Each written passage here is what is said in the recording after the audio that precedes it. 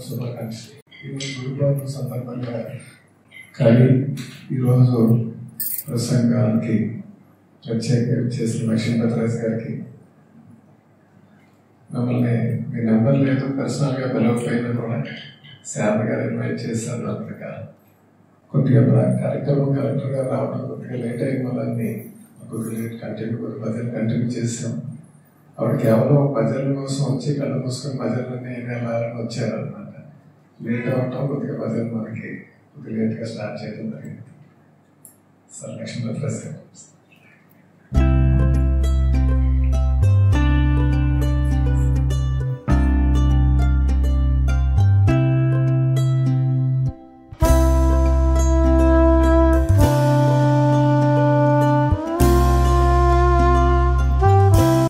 యం బ్రహ్మ వేదాంతవిదో వదంతి యం బ్రహ్మ వేదాంతవిదో వదంతి పరం ప్రధానం పురుషం తథాన్యే విశ్వోద్యతే కారణమీశ్వరం వా తస్మై నమో విఘ్న వినాయకాయ గురవే సర్వలోకానాం విషజే భవరోగిణాం నిధయే సర్వవిద్యానాం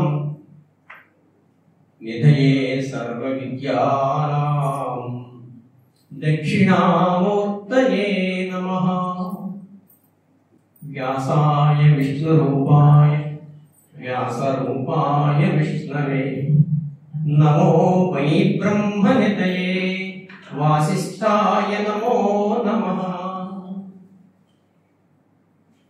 శృతి స్మృతి పురాణానాం ఆలయం కరుణాలయం నమామి భగవత్పాద శంకరం నమామి భగవత్పాద శంకరం లోక శంకరం. స్థాపకాయ చ ధర్మస్య సర్వధర్మస్వరూపిణే అవతార వరిష్ఠాయ శ్రీరామకృష్ణాయ తే నమః. పరతత్వే సదా లీనో రామకృష్ణ సమాజ్ఞయా యో ధర్మస్థాపనరతౌ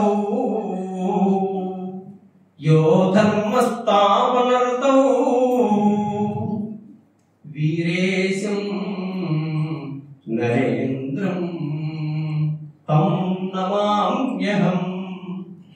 యా దేవీ సర్వభూతేషు మాతృరూపేణ సంస్థిత నమస్తస్యై నమస్తస్యై నమస్తస్యై నమో నమః. యా దేవి ఇక్కడ ఎలా ఉంది తల్లి? యా దేవి సర్వభూతేషు శారదా రూపేణ సంస్థిత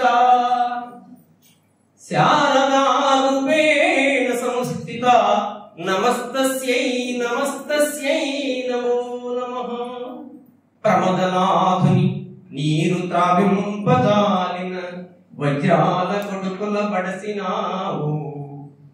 నాకు టైం అరగంట ఇస్తే సరిపోదండి, మీరు మన్నించాలి. ఎందుకంటే మీరు ఆ ఆనందంలో లీనమవడానికి 5 నిమిషాలు పడుతుంది, 10 నిమిషాలు పడుతుంది. ప్రమథనాథుని నీరు త్రావింపజాలిన వజ్రాల కొడుకుల పడసినావు.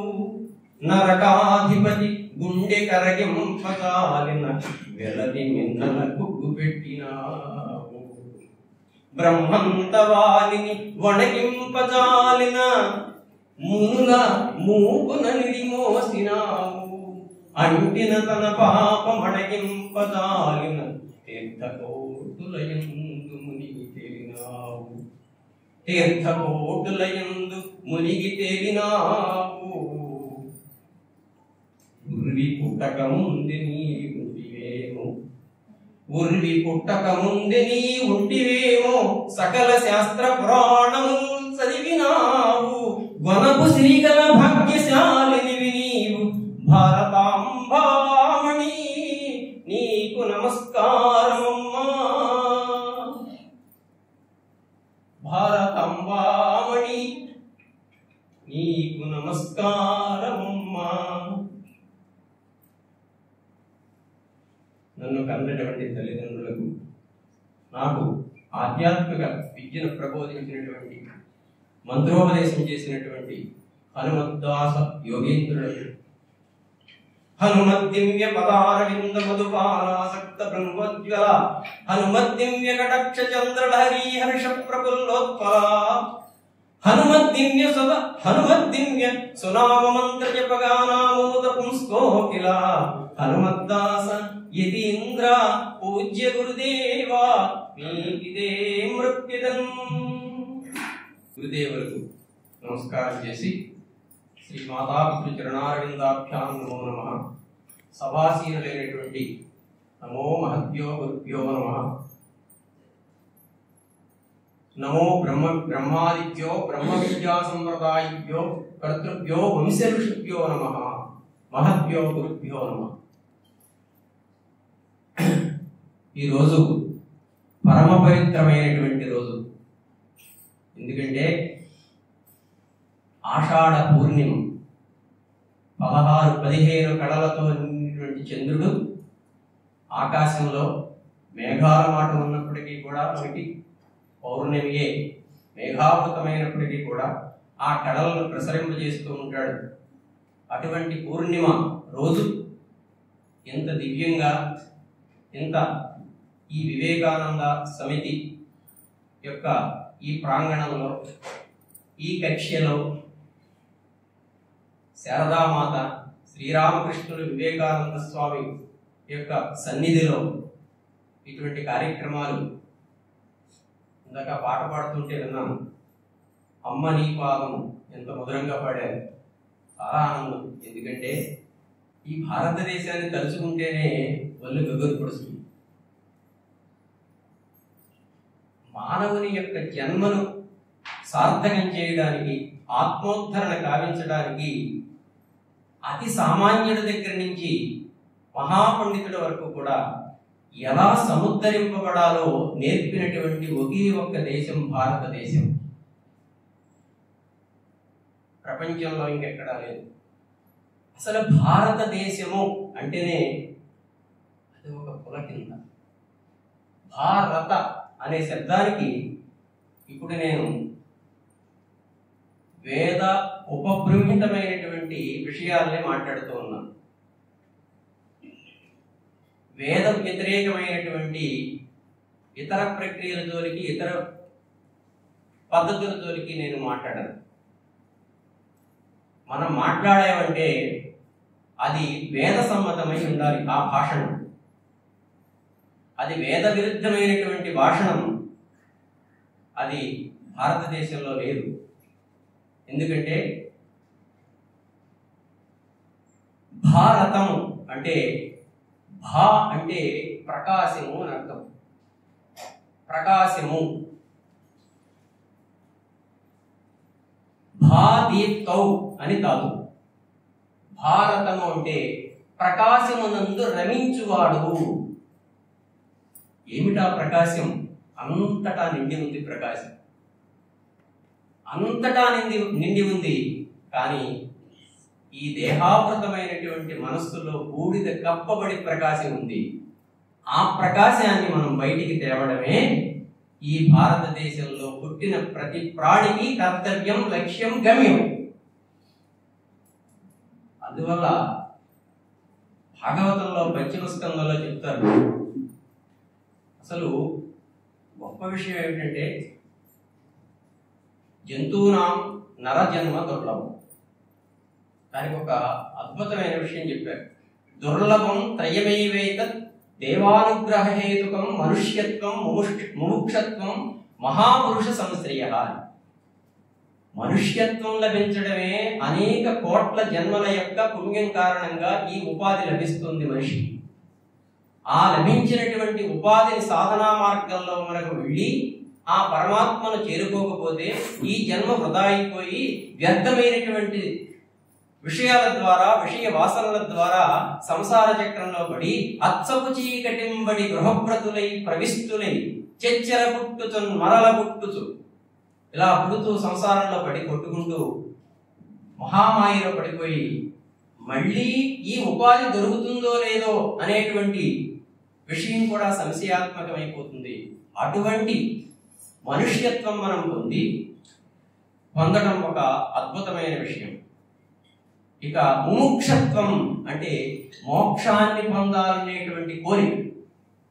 ఆ మోక్షాన్ని పొందాలనేటువంటి కోరిక అది ఒక పుణ్యమైతే, అది ఒక గొప్ప విషయం అయితే మహాపురుష సంశ్రయ అన్నారు. అంటే గొప్ప గురువులను ఆశ్రయించడం ఒక విశేషం. ఈ మూడు లభించడం అనేటువంటిది చాలా దుర్లభమైనటువంటి విషయం. అటువంటి మూడింటిని కూడా ఇప్పుడు ఇక్కడ ఉన్నటువంటి వాళ్ళందరూ పొందారు. అంటే ఇన్ని కోట్ల మందిలో,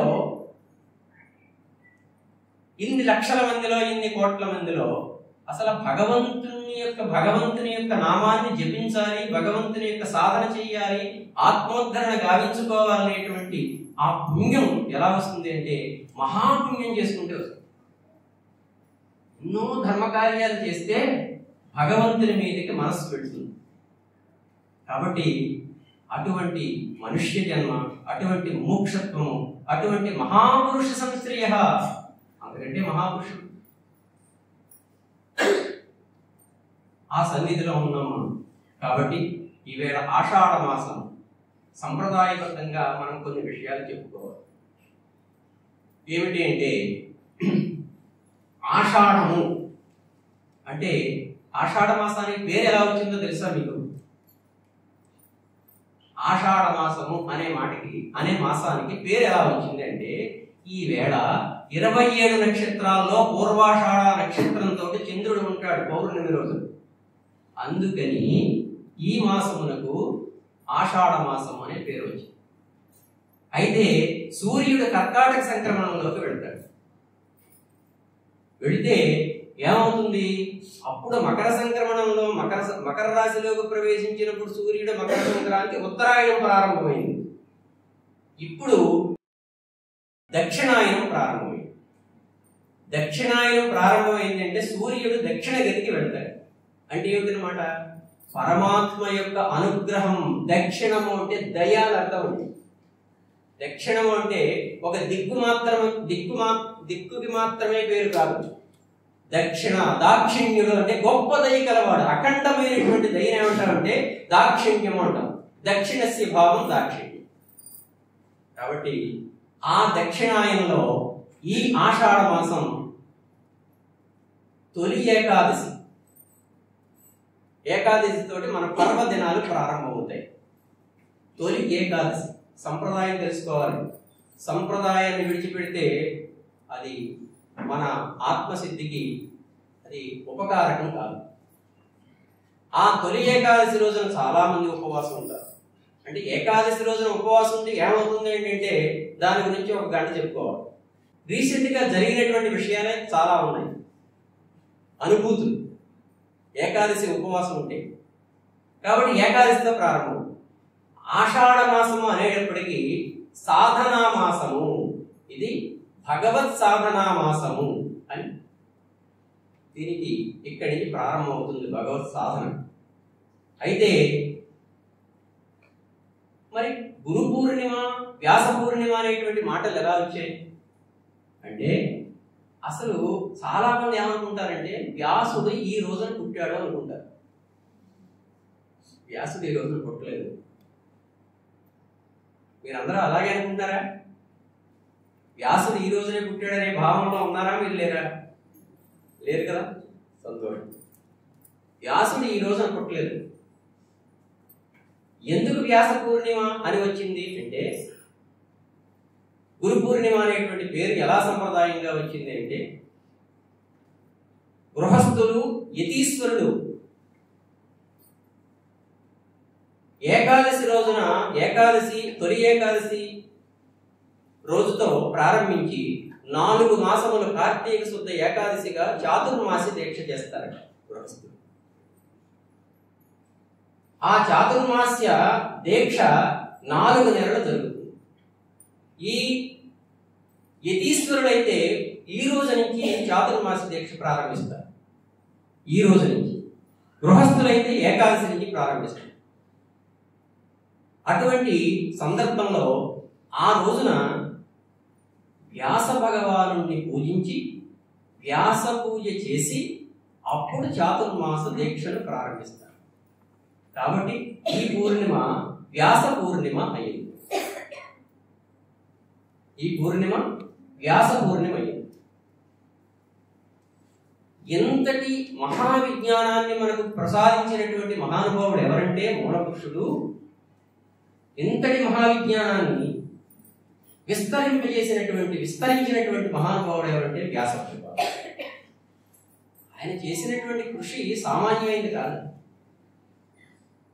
అంతటి కృషి చేసినటువంటి వ్యాస భగవానుని మనం ఈ వేళ పూజ చేసి వ్యాస పూజతోటి ఈ పౌర్ణమి పరిపూర్ణమై 4 నెలలు అప్పుడు వ్రత దీక్షను వాళ్ళు విరమిస్తారు యతీశ్వరుడు. ఆ కారణంగా దీనికి వ్యాస పూర్ణిమ. ఇంత పరంపరని ఇంత విజ్ఞానాన్ని మనకు ప్రసాదించినటువంటి వ్యాస భగవానుడు మనకు గురువు కాబట్టి మొదటి గురువు ఆయనే. ఇంకా చెప్పాలంటే మాతా పిత ఆచార్య ఇది త్రయో గురువు అన్నాడు. తల్లి తండ్రి ఆచార్యుడు మొట్టమొదటి గురువు. ఈ 3 గురువు. అయితే మొట్టమొదటి గురువు ఎవరు? మనకి తల్లి తండ్రి ఆచార్యుడు గురువు అనుకున్నాం. ఆ ఆచార్యుడి గురువు ఎవరు? ఆ ఆచార్యుడి గురువు ఎవరు? ఆ ఆచార్యుడి గురువు ఎవరు? ఇలా కనెక్ట్ అండి. వ్యాస పరంపర. ఆ వ్యాసుడి గురువు ఎవరు? ఉన్నారు కదా. అక్కడ ప్రారంభమవుతుందండి మొదటి గురువు. అదే నారాయణ సమారంభాం వ్యాస శంకర మధ్యమాం అస్మదాచార్య పర్యంతాం వందే గురు పరంపరాం. ఈ వాటి బాగా గుర్తుపెట్టుకోవాలి. గురు పరంపర మనది పరంపరా వైభవమైనటువంటి విజ్ఞానం. ఈ గురు పరంపర అనేటువంటిది లేకపోతే ఈ భారతదేశానికి ఉనికి లేదు. ఈ మధ్యన చాలా మంది బాగా చదువుకున్న వాళ్ళందరూ కూడా ఒక నిర్ణయానికి వచ్చారు. భారతదేశం మీద ఇన్ని దండయాత్రలు జరిగినాయి, ఎంతమంది దండయాత్రలు చేశారు. దండయాత్ర చేసినటువంటి వాళ్ళందరూ కూడా ఆయా నాగరికతలను అక్కడ ఉండేటువంటి సంప్రదాయాల్ని ఆచారాల్ని మొత్తం భ్రష్టం పట్టించేశారు. ఏమీ లేదు అక్కడ. కానీ ఇన్ని వేల సంవత్సరాల నుంచి ఇన్ని లక్షల సంవత్సరాల నుంచి కూడా ఈ భారతదేశం ఎప్పటికీ భారతదేశంగా మిగిలి ఉంది అంటే దానికి కారణం ఏమిటి? దానికి కారణం ఏమిటి? గురు శిష్య సంప్రదాయము. గురు శిష్య సంప్రదాయం వల్లనే ఈ భారతదేశం ఇంకా బ్రతికి బట్టగట్టి ప్రపంచానికి ఇంకా ఇంకా ఇంకా ఇంకా అద్భుతమైనటువంటి ఆధ్యాత్మిక జ్ఞానాన్ని పంచిపెట్టడానికి సిద్ధంగా ఉంది ఈనాటికి కూడా. అటువంటి దివ్య వైభవాన్ని మనకు ప్రసాదించినటువంటి ఆ మహా చైతన్య శక్తి నారాయణ సమారంభ. మొట్టమొదటి గురువు ఎవరండి? నారాయణుడు. వీరు నారాయణుడు అంటే శివుడు అని. పరమాత్మ ఒక్కడే. ఏకం సద్విప్రా బహుధా వదంతి. ఒకడే పరమాత్మ. మరి 33 కోట్ల మంది అంటారండి. అదేంటండి? అది ఎక్కడి నుంచి వచ్చింది? తెలుసుకోవాలి ఇలాంటివి. ఇప్పుడు ఎవడన్నా అన్యమతస్తుడు వచ్చి మనం ప్రశ్నిస్తే ఓహో నిజమే కదా, మీకు ఇంతమంది దేవతలు ఉన్నారా అంటాడు. మన కొట్లో వేయడానికి నిజమే కదా, మాకు ఇంతమంది దేవతలు ఉన్నారంటే మనకు పెద్ద ప్రశ్న. ఇంచేదంటే సంప్రదాయాన్ని తెలుసుకోకుండా వేద విజ్ఞానంలో ఉండేటువంటి ఆ మూల సూత్రాలు తీసుకోకుండా మనం భగవద్భక్తిలోకి వెళ్ళిపోవచ్చు దానిక. కానీ పరంపరని కాపాడలేము. గుర్తుపెట్టుకోండి, పరంపరను కాపాడలేము. ఏకం సత్ విప్రాహ బహుధా వదంతి అని చెప్పిందే పరమాత్మ ఒక్కడే. దేవుడు అన్నా దేవుళ్ళు అన్నాం అనుకున్నాం, దేవుడు. కానీ ఇంకో మాట ఉంది కదా, దేవతలు అంటు. దేవతలు అంటు. దేవతలు బహువచనం, దేవుడు ఏకవచనం. దేవుడు అక్కడే, కానీ ఆయన డిపార్ట్మెంట్ లో ఉన్నారు చూసారా, అష్టవసులు, ఏకాదశి రుద్రుడు, ఏమిటి వీళ్ళందరూ దేవతలు. అంటే పరమాత్మ యొక్క శక్తి దేవత. అంటే శక్తి పరమాత్మ ఒకరే. ఆయన నుంచి విడిపోయినటువంటి శక్తి స్వరూపం ఏదైతే ఉందో అది దేవత. ఒక డిపార్ట్మెంట్ లో ఒక మేనేజర్ ఉంటాడండి, ఒక పెద్ద యజమాని ఉంటాడు. ఆయనకి ఎంతమంది ఉంటారండి వెనక సైన్యం ఆ డిపార్ట్మెంట్ నడపడానికి. లేకపోతే నడవదు. ఈ జగత్ కుటుంబం కూడా అంతే, నడవదు. కాబట్టి నారాయణ సమారంభం.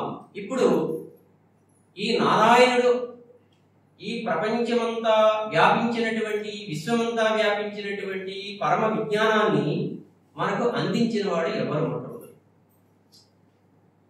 సృష్టించారండి. అంటే పరమాత్మ, పరమాత్మ, పరబ్రహ్మ, పరమేశ్వరుడు ముగ్గురు. జాగ్రత్తగా వినాలి. మన మూల విషయాలు చెప్తున్నాను మీకు.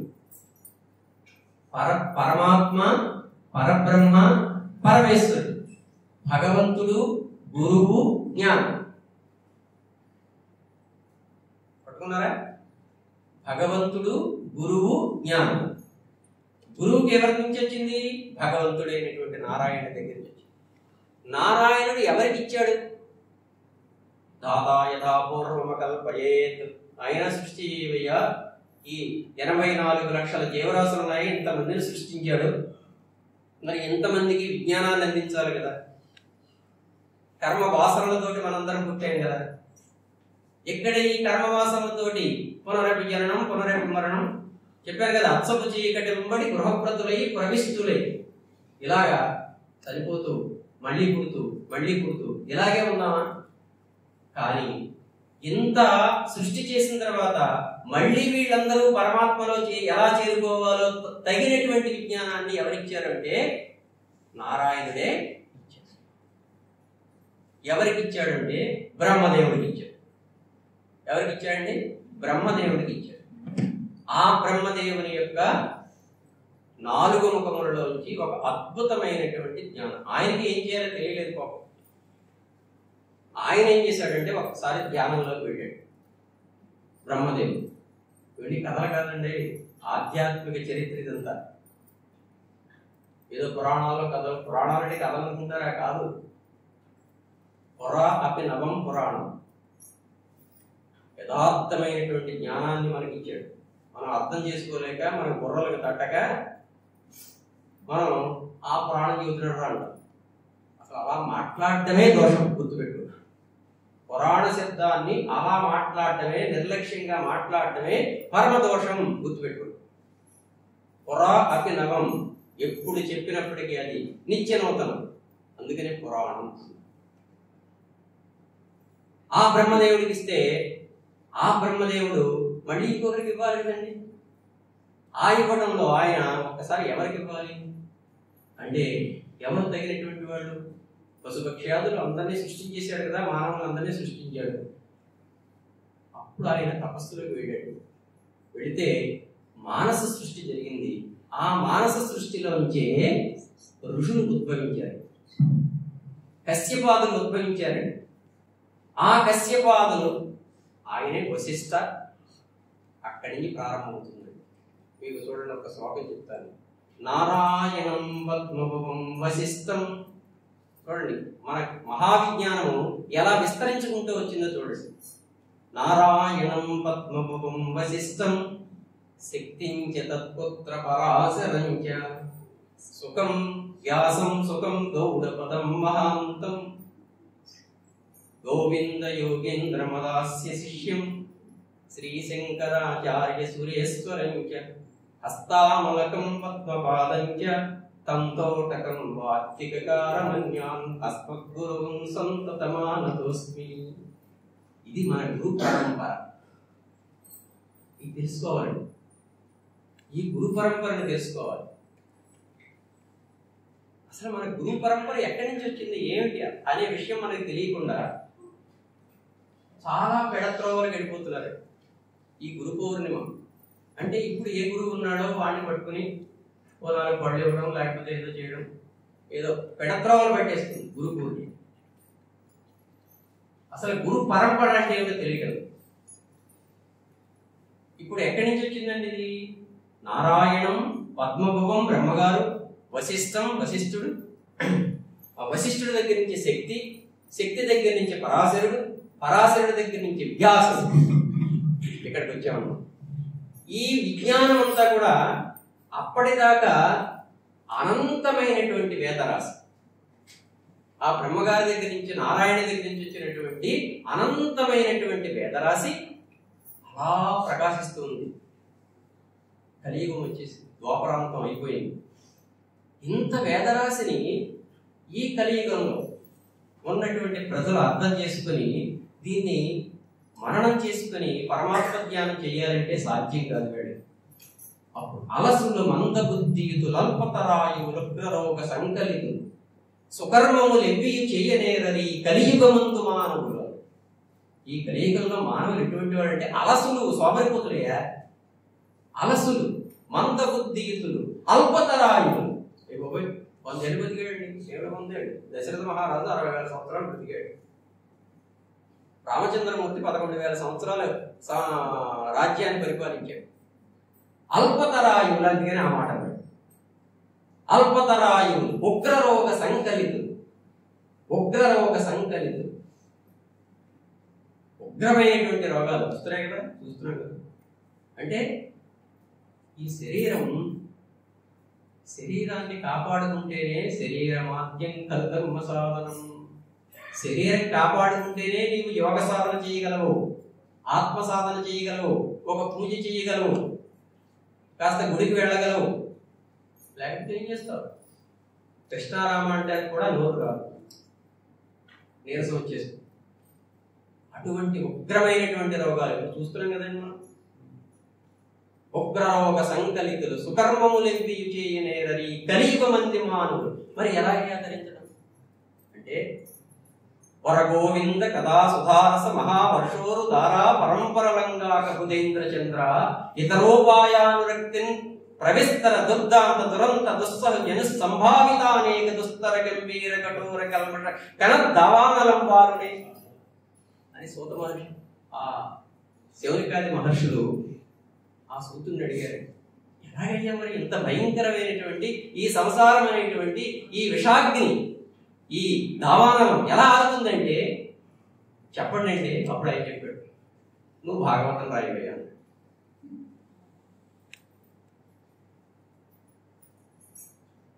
ఆ దావానలం ఎలా ఆగుతుంది అంటే పరమాత్మ యొక్క, ఆ కృష్ణ పరమాత్మ యొక్క కథా సుధా అమృత ధారలు అలా పడితే మన మనస్సులో మండుతున్నటువంటి ఆ దావానల జ్వాల ఆరుతుంది. కాబట్టి ఇంతటి మహావిజ్ఞానాన్ని మనకి ఇచ్చినటువంటి వాడు వ్యాసుడు. ఆ వ్యాసుడు ఏం చేశాడంటే అప్పటిదాకా ఉన్నటువంటి ఆ వేదరాశిని చూసి భయపడిపోయాడు. అయిపోయి ఈ మానవులందరూ ఎలా వీడు ధరిస్తారని పరమ కారుణ్యంతో వేద రాశిని 4గా చేశాడు. అప్పుడు ఋక్, యజుర్, సామ, అధర్వణ వేదాలు వచ్చాయి. అంతేనా ఆయన చేసింది? ఈ వేదాలు ఎవరు అర్థం చేసుకుంటారయ్యా? ఓం గణాన్వా గణపతిగం హవామహే కవిం కవీనాముపమస్త్రవస్తం జ్యేష్ఠరాజం బ్రహ్మణాం బ్రహ్మణస్పత ఆనశృణ్వన్నోతి విశ్చేద సాధనం. ఎవరు అర్థమైందా మీకు? ఏమి అర్థం లేదు. తథ్యం యో రావణీమహే గాతుం యజ్ఞాయ గాతుం యజ్ఞపతయే దైవీ స్వస్తిరస్తునః స్వస్తిర్మానుషేభ్యః. ఇలా చదువుకుంటూ పెడతాం. ఎంతమందికి అర్థమవుతుంది చెప్పండి? ఎంతమందికి? మీకు అర్థమవుతుందండి? నేను నాకు అర్థం, నాకైతే అర్థం. మీరు ఎంతమంది అర్థం చేసుకోవడానికి ప్రయత్నం చేశారు? అసలు దాని జోలికి వెళ్ళారు. వేదం వేదం వేదం అనుకోవడమే తప్ప ఆ వేదంలో ఏముంది, ఏ మంత్రం ఉంది, ఏ మండలం ఉంది, ఏ సూక్తం ఉంది? ఓం సహస్ర శీర్ష పురుష సహస్రాక్ష సహస్రపాత్ సభూమి విస్తుతో వృత్వా అత్యతిష్ట దశాంగుణం. ఈ ఒక్కదాని తిరుపతి చెప్పుకుంటే ఒక గంట టైం పడుతుంది. అంత ఓపిక మనకు ఉందండి? లేదు కదా. ఎలాగ మరి ఈ వేద విజ్ఞానం ఉండడం? అప్పుడు మహానుభావుడు ద్వాపరాంతంలో ఆ కృష్ణ పరమాత్మ యొక్క అనుగ్రహం చేత, ఓ వ్యాస భగవానుడా, నువ్వు ఎలాగా వచ్చావు కదయ్యా, నీవు ఈ మహావిజ్ఞానాన్నంతటినీ కూడా విభాగం చేసి అందరికీ అందించవయ్యా అంటే, అసలు వ్యాసుని యొక్క పేరు కృష్ణద్వైపాయనం. ఇదంతా చెప్పాలంటే అరగంటలో ఎక్కడ కుదరదు. ఒక వ్యాసుడి గురించి చెప్పుకోవాలంటేనే 2 hours పడుతుంది. ఒక్క వ్యాసుడి గురించి చెప్పాలంటే 2.5 hours గ్యారంటీ పడుతుంది ఒక ఉపన్యాసం. కాబట్టి ఆ వ్యాసుడు ఎవరికి పుట్టాడు? పరాశర మహర్షి యొక్క తపప్రభావం వల్ల సత్యవతీదేవికి పుట్టాడు. ఆ సత్యవతీదేవి ఎవరు? దాసిరాజకన్య అనుకుంటారు. దాసిరాజకన్యగానే పెరిగింది కాదు. కానీ వసురాజు యొక్క ఉపరిచర వసువు యొక్క వీర్య ప్రభావం వలన ఆవిడ జన్మించింది. ఆ కారణంగా ఆయనకు సాత్యవతేయుడు, సత్యవతి యొక్క కుమారుడు కాబట్టి సాత్యవతేయుడు అని పేరు వచ్చింది. కృష్ణద్వైపాయనుడు పరాశర మహర్షి ఆ సత్యవతీ దేవిని, అంటే అప్పటిదాకా చేపల పట్టుకునేటువంటి దాసిరాజు యొక్క ఇంట్లో ఉంది కాబట్టి ఆవిడ పడవ నడుపుతూ ఉండేది కాబట్టి ఆ పడవ నడుపుతుంటే ఆ యమునా తీరంలో ఆ యమున దాటుతుంటే ఆవిడని చూసి ఒక్కసారి గ్రహమండలాన్ని ప్రకటించారు. అద్భుతమైనటువంటి యోగం, ఒక మహాపురుషుడు జన్మించేటువంటి యోగం కనపడుతుంది. గ్రహయోగాలు కనపడుతున్నాయి. ఆ సత్యవతీదేవి యందు ఒక మహాపురుషుణ్ణి ప్రభవింపజేయాలనుకున్నాడు. ఆమెను వలచాడు. ఆమె యందు వ్యాస భగవానుడు కృష్ణ వెలుగుగా ఒక పగలు చూశాడు. ఆయన పగలు పడవ నడుపుతుంది ఆవిడ, పగలు చూశాడు. ఇదంతా పగటిగా ఉంది. ఎలాగా అంటే ఒక మంచు చేత చీకటిని ఏర్పరిచాడు. నీహారతి మిరద్వీపము అన్నాడు. ఆ నీహారతి మిరంతో కూడినటువంటి ఒక ద్వీపమునందు ఆ సత్యవతీదేవి సద్యోగర్భంలో, అంటే 9 నెలలు మోసి 10 నెలలు మోసి పురుడు పోసుకోవడం కాదు, సద్యోగర్భంలో సద్యోజాతుడై వచ్చాడు. సద్యో యవ్వనం పొందాడు. తపస్సు వెళ్ళిపోయాడు. అప్పుడే పుట్టడం, అప్పుడే పెరగడం, వెళ్ళిపోవడం. ఇది పరాశరుడి యొక్క తపశ్శక్తి చేత జరిగింది. ఇవన్నీ తెలుసుకోవాలి మీరు. మన భారతం ఎంత గొప్పది, మన భారతదేశం ఎంత గొప్పది, మన ఋషులు ఎటువంటి వారు అనే విషయాలు తెలుసుకోకపోతే మన చరిత్ర, మన పారంపర్యం అలా తెలుస్తుంది. అటువంటి మహానుభావుడు, అమ్మా నీవు ఎప్పుడు కేకేస్తే, ఎప్పుడు పిలిస్తే అప్పుడు వస్తారు. తర్వాత భారత కథంతా ఆయన వల్లే కదా విస్తరించింది. ఇంత విస్తరించిన వాడు ఈ వేదరాశిని 4గా చేసి 18 పురాణాలు రచించాడండి. 18 పురాణములు రచించాడు. 18 ఉపపురాణములు రచించాడు. ఇంకా ఆయనకి తృప్తి తీరలేదు. నారాయణం నమస్కృత్య నరం చైవ నరోత్తమం దేవీం సరస్వతీం వ్యాసం తతో జయముదీరయేత్. జయము అనేటువంటి పేరుతోటి మహాభారతాన్ని పంచమ వేదంగా రచించాడు. అంటే వేద రాశిలో 4 వేదములలో ఉండేటువంటి ధర్మ సూక్ష్మములు, ఉపాఖ్యానాలు, ఆఖ్యానాలు, సూక్తములు, మంత్రములు, మండలములు ఏవైతే ఉన్నాయో అన్ని భారతంలో పెట్టేశారు. ఒక మహానిధి భారతం. భారతం అంటే కౌరవ పాండవులు కథ అనుకోకండి. దాంట్లో లోతుకు పెడితే అసలు మనకి అందదు. అసలు కౌరవ పాండవులు ఎవరో అనే విషయమే మనం అందదు అసలు ఆ విషయం. అలాగే రామాయణం కూడా అందదు. వాల్మీకి మహర్షి, ఆయనండి గురువు వాల్మీకి, సామాన్యుడ వాల్మీకి. పూజంతం రామరామేతి మధురం మధురాక్షరం ఆరుష్య కవితాశేఖాం వందే వాల్మీకి కోకిలం. రామ అనేటువంటి 2 పదాలు మహామంత్రాన్ని ప్రసాదించినటువంటి మహానుభావుడు వాల్మీకి. యఃకర్ణాంజలి సంపుటైరహర సమ్యక్ వివత్యాదర వాల్మీకి వదనారవిందగణితం, ఆ వాల్మీకి యొక్క నోటిలోంచి వచ్చినటువంటి ఆ రామ రామ రామ అనేటువంటి ఆ 2 అక్షరాల్ని పట్టుకుంటే మహాపదం, మహా ఆత్మోద్ధరణం అయిపోతుంది, ఆ రాముడిలో లీనమైపోతామే. అటువంటి రామాయణాన్ని రచించినటువంటి ఆ మహానుభావుడు లవకుశులకు గురువు అయ్యాడంటే ఆయన. మొత్తం 24,000 శ్లోకాలని లవకుశులు పాడారండి. 24,000 శ్లోకాలు. ఆ 24,000 శ్లోకాలని పాడారు ఆ అయోధ్య నగర వీధులు.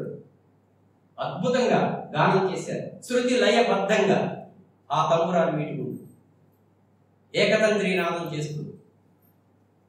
ఎటువంటి రామాయణం ఇచ్చారు, ఎటువంటి భారతం. అటువంటి భారతాన్ని రాశాడు. పోలి భారతాన్ని రాశాడు. భారతం సామాన్యమైందా? ఎటువంటి భారతం? ధర్మతత్వజ్ఞులు ధర్మశాస్త్రం అని, అధ్యాత్మ విధులు వేదాంతమనియు. భారతాన్ని ఎలా కీర్తించారో చూడండి. ధర్మతత్వజ్ఞులు ధర్మశాస్త్రం అని, అధ్యాత్మ విధులు వేదాంతమని, నీతి విచక్షణులు నీతి కావ్యం అని, కవి వృషభులు మహాకావ్యమనియు, లాక్షణికులు సర్వలక్ష్య సంగ్రహమనియు, ఐతిహాసికులు ఇతిహాసమనియు, పరమ పౌరాణికులు బహుపురాణ సముచ్చయం అని. 18 పురాణాల్లో 18 ఉప పురాణాల్లో ఏ విషయాలు అయితే ఉన్నాయో అవే విషయాలు భారతంలో ఉన్నాయి. అంత విస్తృతమైనటువంటి జ్ఞానాన్ని మనకు భారతంలో పెట్టేసి, పరమ పౌరాణికులు బహుపురాణ సముచ్చయం అని మహి కొనియాడుచుండ, వివిధ వేద తత్వ వేది వేద వ్యాసుడాది ముని పరాశరాత్మయుడు, విష్ణు సన్నిపుండు విశ్వజనీనమై పరగుచుండ చేసే భారతంబు. ఆ భారతాన్ని ఒకసారి తలుచుకోండి, కలి కల్మషం అంతా పోతుంది. జయం అనండి ఒకసారి, జయం జయం జయం. ఆత్మకి జయం కలుగుతుంది. అంతేకాదండి, భారతం కథగా చదివితే కాదండి, కథగా చదివినా మీకు ఫలం. ధర్మ ఒక మాట ఉన్నారండి, సూత మహర్షి ఇన్ని చెప్పిన తర్వాత శౌనకాది మహర్షి భారతం యొక్క గొప్పతనం చెప్తూ ఆయన ఒక్క మాట అన్నాడండి చివర. ఏమిటంటే, ధర్మేచ అర్థేచ కామేచ మోక్షేచ భరతర్షభ. ఏ జనమేజీ మహారాజా, నేను ఇన్ని చెప్పనయ్యా, ఒక్క మాటలో చెప్తాను భారతాన్ని గురించి. యది హాస్తి తదన్యత్ర ఎన్నే హాస్తి నతత్వచితు. ఏది భారతంలో ఉంటుందో అది అక్కడ ఉంది, ఏది భారతంలో లేదో అది భారతవర్షంలో లేదు. యది హాస్తి తదన్యత్ర, ఏది ఇక్కడ ఉందో అక్కడ అదే ఉంది, ఏది ఇక్కడ లేదో అక్కడ అది లేదు అని చెప్పి ఆ భారతం అటువంటి అద్భుతమైనటువంటి గ్రంథాన్ని మనకి ఇచ్చారు. అంతేకాదు, ఇంత ఇచ్చిన తర్వాత ఆయన సరస్వతీ నదీ తీరంలో కూర్చుని ఏడుస్తున్నాడు, కళ్ళంలో నీళ్ళు పెట్టుకున్నాడు, ఏడుస్తున్నాడు. ఎవరి గురించి? మన ఏడుపుల గురించి. మన ఏడుపుల గురించి ఆయన ఏడుస్తున్నాడు. భారత శృతి విధాతము ఏమిటో, ఇంత కాతరు కైవడు భంగిను ఇలా ఏడుస్తున్నాడు. నారద మహర్షి వచ్చాడు. వచ్చిన తర్వాత అప్పుడు, ఎందుకయ్యా నీకు ఎందుకు ఏడుస్తున్నావు అంటే, ఏమో ఈ కలియుగంలో మానవులు చూస్తుంటే నాకు హృదయం ద్రవించిపోతుంది, వీళ్ళు ఎలా ఉద్ధరింపబడతారు, ఏ విధంగా వీళ్ళని తరింపజేయాలి అంటే, నువ్వు ఇన్ని రాసావయ్యా, వేదాలు విభజించావు, పురాణాలు రాసావు, ఉపపురాణాలు రాసావు, అన్ని రాసావు, కానీ ఒక్క భగవంతుడిని గురించి కీర్తించినటువంటి గ్రంథం ఏమైనా రాసావా? రాయలేదు కదా. అది రాయి. భగవతః ఇదం భాగవతం. అప్పుడు భాగవతాన్ని 12 స్కందాల భాగవతాన్ని సమాధి స్థితిలో ఉండి రాశాడండి. అన్ని ఈ వేదములు ఉపపురాణములు పురాణములు అన్ని కూడా జాగరూకత స్థితిలో ఉండి రాశాడు. కానీ భాగవతం సమాధి స్థితిలో ఉండి రాశాడు. వీరు భాగవతానికి భారతంలో ఉండేటువంటి భాషకు ఒక్కసారి వేదం గమనిస్తే ఇది సమాధి భాష, అంత తొందరగా కొరుకుడు పడలేదు. అటువంటి భాగవతాన్ని అందించాడు. అటువంటి భాగవతాన్ని అందించాడు. ఇంత రాసినటువంటి మహానుభావుడిని మనం ఈవేళ వ్యాస పూర్ణిమ, ఈ వ్యాసుడు, అందుకనే ఈ గురువులు ఈ యతీశ్వరుడు సమస్త సంప్రదాయాల వాళ్ళు కూడా ఇటు వైష్ణవులు అంటే ఈశ్వరోపాసన చేసే, ఈశ్వరోపాసన ఎలా చేస్తున్నాం? ఒకరు విష్ణువుగా, ఒకరు శివుడుగా, ఒకరు గణపతిగా, ఒకరు అమ్మవారిగా, ఒకరు సూర్యుడిగా. వీరే వైదిక దేవతలు, ఇంకెవరు దేవుడు కాదు. ఎవరండి? ఇది ఏర్పాటు చేసినటువంటి మహానుభావుడు, ఈ వైదిక ధర్మాన్ని వ్యాసుడు తర్వాత ఉద్ధరించినటువంటి మహానుభావుడు. అక్కడి వ్యాసుడు దాకా ఒక అద్భుతమైనటువంటి మహాప్రవాహం ఒక నదిగా ప్రవహిస్తే అక్కడి నుంచి మన వాళ్ళందరూ చిన్న చిన్న పిల్లకాలు దొరుకుతున్నారు. ఒక పిల్లకాలం దొరుకుతున్నారు. ఎవడ కాలం వాడిదే. శైవమని, వైష్ణవమని, గాణపత్యమని, శాక్తేయమని ఇలా పిల్లకాలం దొరుకుతున్నారు. ఈ గొడవంతా మనకెందుకురా బాబు అని శంకరులు ఏం చేశారంటే 72 మతాల వెర్రి మొర్రి మతాలన్నింటినీ కూడా ఖండించి షణ్మత స్థాపన చేసినటువంటి గురు పరంపరలో శంకరాచార్యులు వారు మనకు ఆది శంకరుడు అనే పేరు. శంకరాంశతో జన్మించినటువంటి మహానుభావుడు ఆయన ఆది శంకర భగవత్పాదుడు. ఆయన గురువు గారు ఎవరండి అంటే గోవింద భగవత్పాదుడు. ఆయన గురువు గారు ఎవరంటే గౌడపాదాచార్యులు. ఈ విధంగా శంకరాచార్యుల వారి తర్వాత గురు పరంపర తర్వాత మనకి హస్తాములు సురేశ్వరాచార్యుడు మండల మిశ్రుడిని జయించాడు కదండి. ఆ మండల మిశ్రుడిని జయించిన తర్వాత ఆ మండల మిశ్రుడు సురేశ్వరాచార్యుడిగా శిష్యుడైపోయాడు శంకరాచార్యుల వారికి.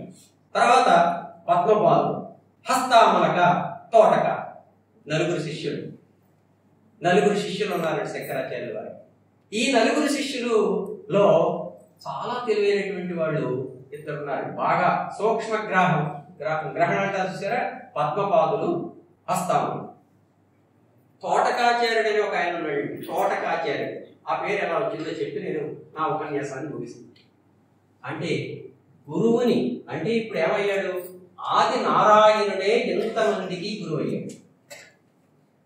అంటే ఇప్పుడు అనంతమైనటువంటి జ్ఞానము అంటే నారాయణుడు వేరు, జ్ఞానం వేరు. జ్ఞానమే భగవంతుడు, భగవంతుడే జ్ఞానమైపోయింది. ఇప్పుడు ఈ గురువులందరూ ఎటువంటి వారంటే వాహకం లాంటి వారు. అంటే ఆ పరమాత్మ యొక్క జ్ఞానాన్ని ఒక ప్రవాహము ద్వారా మనకు అందించడానికి వచ్చినటువంటి వారు ఈ రామకృష్ణులు, ఈ వివేకానందులు, రామతీర్థులు. ఆయన మ్యాథమెటిక్స్ లో గోల్డ్ మెడలిస్ట్ రామతీర్థుడు. మరి ఇంత ప్రవాహం మనకు వచ్చిందండి. ఈ శంకరాచార్యుల వారు ఒక రోజున అందరికీ పాఠం చెప్తున్నారు. చెబుతూ ఉంటే ఒక రోజున ఏమైందంటే శంకరుల యందు అపారమైనటువంటి భక్తి కలిగినటువంటి వాడు గిరి ఆయన పేరు. ఆయన పేరు ఏమిటండి? గిరి. అంటే గురువు యొక్క శక్తి ఎటువంటిదో చెప్తున్నాను. అంటే సాక్షాత్తు గురువే భగవంతుడు, భగవంతుడే. అయితే ఆ గురువుకి భగవంతుడు మొదటి గురువు కాబట్టి ఆ భగవంతుడి యొక్క విజ్ఞానాన్ని తన హృదయం ద్వారా, తన శక్తి ద్వారా అందరికీ అందించడానికి వచ్చారు వీళ్ళందరూ కూడా. ఇప్పుడు చూడండి, ఒక పెద్ద పవర్ ఉందండి మనకి. ఓ పెద్ద ట్రాన్స్ఫార్మర్ ఉంది. ఓ పెద్ద ట్రాన్స్ఫార్మర్ దగ్గరికి వెళ్ళి నాకు గురువు అక్కర్లేదు, నేను డైరెక్ట్ గా భగవంతుడి దగ్గరికి వెళ్ళిపోతానంటే కుదరదు. డైరెక్ట్ గా ట్రాన్స్ఫార్మర్ నుండి చచ్చుకుంటాను. ఆ శక్తిని నువ్వు భరించలేదు. కాబట్టి నీకు ఎంత జ్ఞానం అవసరమో అంత జ్ఞానము ఇవ్వడానికి సరిపడినటువంటి ఒక వాహకం గురువు. దాన్ని ఏమంటాం మనం? ఒక కరెంటు తీగలకి ప్రవహిస్తుంది. ఆ కరెంటు తీగ అంటాం కానీ రాగి తీగ అంటాం కదా. కరెంటు ప్రవహించినంతసేపు కరెంటు తీగ అంటే ఆ కరెంట్ ఎవరంటే పరమాత్మ. నీకు ఇచ్చేటువంటి వాడు ఆయన. అటువంటి గురువు శక్తి యొక్క ప్రభావం ఎటువంటిది అంటే ఏ దేన్నైనా చేయగలరు. విగ్రహానుగ్రహే శక్తో గురురీత్య విధీయతే అన్న. శాంతో దాంత కులీనశ్చ శుద్ధవేషవాన్ ఆశ్రమీ ధ్యాననిష్ఠశ్చ మంత్రతంత్ర విచక్షణ నిగ్రహానుగ్రహే శక్తో గురురీత్య విధీయతే. గురువు ఎలా ఉండాలో చెప్పాడు. శాంతో దాంతః కులీనశ్చ శుద్ధవేషవాన్ సదాచార సుప్రసిద్ధ. సదాచారం కలిగినటువంటి వాడై ఉండాలి, శుద్ధ వేషం కలిగినటువంటి వాడై ఉండాలి, దాంతుడై ఉండాలి, శాంతుడై ఉండాలి. శాంతం అంటే ఏమిటి? దాంతం అంటే ఏమిటి? శాంతం అంటే అంతరింద్రియ నిగ్రహము, దాంతము అంటే బహిరింద్రియ నిగ్రహము. ఇటువంటి వాడు గురువు అయి ఉండాలి. అటువంటి గురుస్వరూపుడు అందరూ మన గురువులు అటువంటి వాళ్ళే మనకు లభించి అటువంటి గురువునే పట్టుకోవాలి మీరు. ఇప్పుడు గురువులు గురవో బహవస్సంతి శిష్య విత్తాపహారక. శిష్యుని యొక్క ధనం దోచుకోవాలని బయలుదేరినటువంటి గురువులు ఎంతమంది ఉన్నారండి వేళ? ఓ దండం పట్టుకుని చక్కగా కాషాయ వస్త్రం కట్టుకుని చక్కగా రుద్రాక్షమాలను వేసుకుని అహం బ్రహ్మాస్మి వాక్య చతుష్టయాలను పలుకుతూ ఆశ్రమాలు స్థాపించి శిష్య విత్తాపహారక. వీళ్ళందరి వల్ల మనకు మోక్షం వస్తుందా? ఎక్కడ వస్తుంది? అందుకనే ఏమన్నారంటే పరమాత్మనే మొట్టమొదటిగా గురువుగా ఎన్నుకో. ఆ పరమాత్మ నీకు నీ కాంక్ష అధికమయ్యే కొద్దీ, అతిశయించే కొద్దీ, నీ మనస్సు పరితపించే కొద్దీ ఆ పరమాత్మయే నీకు గురువును పంపిస్తాడు. అలా పంపించినటువంటి వాడే తోతాపురి. అమ్మ పంపించింది రామకృష్ణ పరమహంస దగ్గరికి. ఆయన పరితపిస్తున్నాడు, నా గురువు కావాలి, నా గురువు కావాలి అని పరితపిస్తుంటే ఆ అమ్మ యొక్క అనుగ్రహం వల్లనే ఆ తోతాపురి ఆయనకు గురువు అయ్యాడు. గురువు యొక్క ద్వారా వచ్చినటువంటి విద్య చైతన్యాత్మకం అవుతుంది, శక్తి పూరితం అవుతుంది, శక్తి పరిపూర్ణం అవుతుంది. గురువు లేని విద్య జడమైపోతుంది, అచైతన్యంగా ఉంటుంది. గురువు లేని విద్యకు చైతన్యం ఉండదు, ప్రాణశక్తి ఉండదు. కాబట్టి గురువు తప్పనిసరి. ఆ గురుస్వరూపంలో నువ్వు ఎవరిని ఉపాసించాలంటే భగవంతుడిని ఉపాసించాలి, భగవంతుడిలో గురువును ఉపాసించాలి. చూడండి, రెండు జాగ్రత్తగా అర్థం చేసుకోవాలి. కాబట్టి అటువంటి గురువు అయినటువంటి శంకరాచార్యులు వారు ఈ గిరి అనేటువంటి బాగా శుద్ధ ముద్దవతారం. ఈ గిరి అనేటువంటి శిష్యుడు బట్టలు ఆరేస్తున్నాడు, పాపం రోజు సేవ చేస్తున్నాడు గురువు గారికి. ఆయన పడుకుంటేనే కానీ పడుకోడు, ఆయన బట్టలన్నీ ఉతుకుతాడు. ఆయనకి పళ్ళు తోముకునేటువంటి ఆ బంధువులతో సహా ఆ నీళ్ళన్నీ, ఆ ముఖధావనానికి అన్నిటికీ కావలసినటువంటి ఏర్పాట్లన్నీ పక్క వేసి ఆయన పడుకున్న తర్వాత మాత్రమే పడుకుంటాడు పాదసేవనం చేసి. అలా అంత భక్తితో చేస్తున్నాడు. కానీ ఆయన వస్తేనే కానీ పాఠం చెప్పేవారు కాదు గురువు గారు. బ్రహ్మసూత్రాలు చెప్తున్నారు. చెబుతుంటే ఆయన ఒకసారి ఈ పద్మపాదుడికి బాగా అసూయ, ఈర్ష్య వచ్చింది. ఏమిటి మీరు గురువు గారు ఆ తోటగా ఆ గిరి వస్తేనే కానీ మీరు పాఠం చెప్పరు, వాడు ఎప్పుడో వస్తాడని బట్టలు ఆరేసుకోవాలి, ఇంకా చాలా పనులు ఉన్నాయి వాడికి, మాకు సమయం అయిపోతుంది, మాకు పాఠం చెప్పండి అంటే వీటిలో ప్రవేశించింది గర్వం, ప్రవేశించింది గర్వాధిరూఢ, గర్వం ప్రవేశించింది, అసూయ ప్రవేశించింది. అని ఒకసారి తోటకు రానిమంటారా, ఆ గిరిని రానిమంటారా, చెప్తారు పాఠం. సరే ఆయన అన్నారు, ఇంతలో బట్టలు ఆరేసుకుంటున్నాడు. ఒక్కసారి గిరి అని కేకేశారు. కేకేసిన తర్వాత గబగబా పరిగెత్తుకుంటూ వచ్చేసాడు. పాఠం చెప్పాయా, ఎంత ముద్దావతారాన్ని పాఠం చెప్పంటున్నారంటే ఆశ్చర్యపోతున్నారు వీళ్ళు. ఆయన ఏం చేశాడో తెలుసా అండి, విదితాకిల శాస్త్ర సుధా జలధే అంటున్నాడు. విదితాకిల శాస్త్ర సుధా జలధే మహితోపనిషత్కదితార్థనిదే హృదయే కలయే విమలం చరణం భవశంకర దేశికమే శరణం అంటూ తోటక ఛందస్సులో, తోటక వృత్తంలో ఆయన ఈ యొక్క తన విజ్ఞానానంతని కూడా గురుస్తుతి చేయడం ప్రారంభించాడు. విదితాకిల శాస్త్ర సుధా జలధే మహితోపనిషత్కదితార్థనిదే హృదయే కలయే విమలం చరణం భవశంకర దేశికమే శరణం అంటూ పాడుతూ వచ్చేసాడు. అప్పుడు ఆయన చూసి ఆశ్చర్యపోయారు ఆ తోటకాచార్యుని యొక్క. అప్పుడు ఆయనకు తోటక వృత్తంలో పద్యాన్ని చెప్పాడు కాబట్టి, గురుస్తుతి చేశాడు కాబట్టి ఆ గిరి అనేటువంటి శిష్యుడికి తోటకాచార్యుడు అని పేరు వచ్చిందండి. అది అసలు కదా. కాబట్టి ఇంత మహిమాన్వితమైనటువంటి గురుశక్తి. కాబట్టి ఇటువంటి గురు పరంపరలో మనకు శ్రీ రామకృష్ణుల యొక్క ఆ యొక్క గురుత్వం మనకు లభించింది. ఆకాశమున కంటే ఎత్తు, ఆకాశమున కంటే ఎత్తు ఆయన గురుత్వ శక్తి ఎటువంటిది అంటే అగ్ని కంటే లోతు. ఆ గురుత్వ రామకృష్ణుని యొక్క ఆ గురుత్వ శక్తి ఎటువంటిదో చెప్తున్నారండి మా గురువు గారు. ఆకాశమున కంటే ఎత్తు, అగ్ని కంటే లోతు శ్రీరామకృష్ణ గురుత్వ శక్తి. హిమశిఖరి కంటే పొడవు, అమృతము కంటే తీపి శ్రీ నరేంద్రుని తీర్థభక్తి. ఇటువంటి మహాత్ములు మీరు సేవించుకొని ధరించేటువంటి సాధన చేస్తున్నారు. మీ అందరికీ కూడా నమస్కరిస్తూ సభాయ నమః అని మరొకసారి నమస్కారం చేస్తూ, మరి ఈ అవకాశం ఇచ్చినటువంటి శివరాముగా వారు ఎన్నో అద్భుతమైనటువంటి కార్యాలు చేస్తున్నారు. అలాగే మా రామచంద్రరాజు గారు వారు మా ఇక్కడ ఆర్ఎస్ఎస్ లో అద్భుతమైనటువంటి పాత్రను పోషిస్తున్నారు.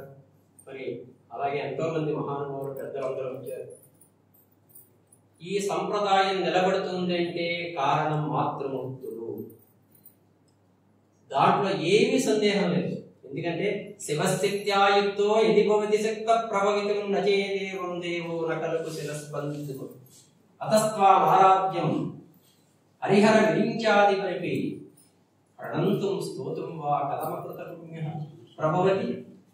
అమ్మ లేనిది ఈశ్వరుడు లేడు, ఆయన లేదే ఆవిడ లేదే ఆవిడ లేడు.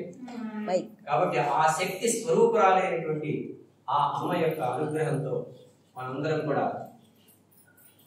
ఈ ఆధ్యాత్మిక జీవనాన్ని కొనసాగిస్తూ తప్పకుండా అందరం కూడా ఈ కలియుగంలో, ఈ కల్మష యుగంలో మనందరం కూడా విషయ వాసనల జోలికి ఎదురెడకుండా, దాంట్లో పడిపోకుండా, ఆ చట్టంలో పడిపోకుండా శరీరం స్వరూపం తథావా కళత్రం యశశ్చారు చిత్రం ధనం మే ఏరుతుల్యం